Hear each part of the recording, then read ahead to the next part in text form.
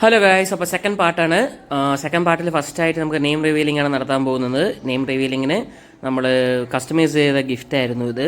So ഞാൻ already video ഇട്ടിട്ടുണ്ടായിരുന്നു, എൻ്റെ ഒരു ഫ്രണ്ട് തന്നതാണ്.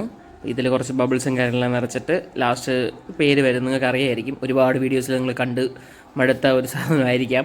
സോ ഇതിനകത്ത് ഒരു കൊച്ചിൻ്റെ ഒരു നൈസായിട്ടൊരു ചെറിയൊരു ഫോട്ടോയും പ്ലസ് അതിൻ്റെ പേരുമാണ് എഴുതിയിരിക്കുന്നത്. മലയാളത്തിലും ഇംഗ്ലീഷിലും ഞങ്ങൾ പേര് എഴുതി വെച്ചിട്ടുണ്ട്.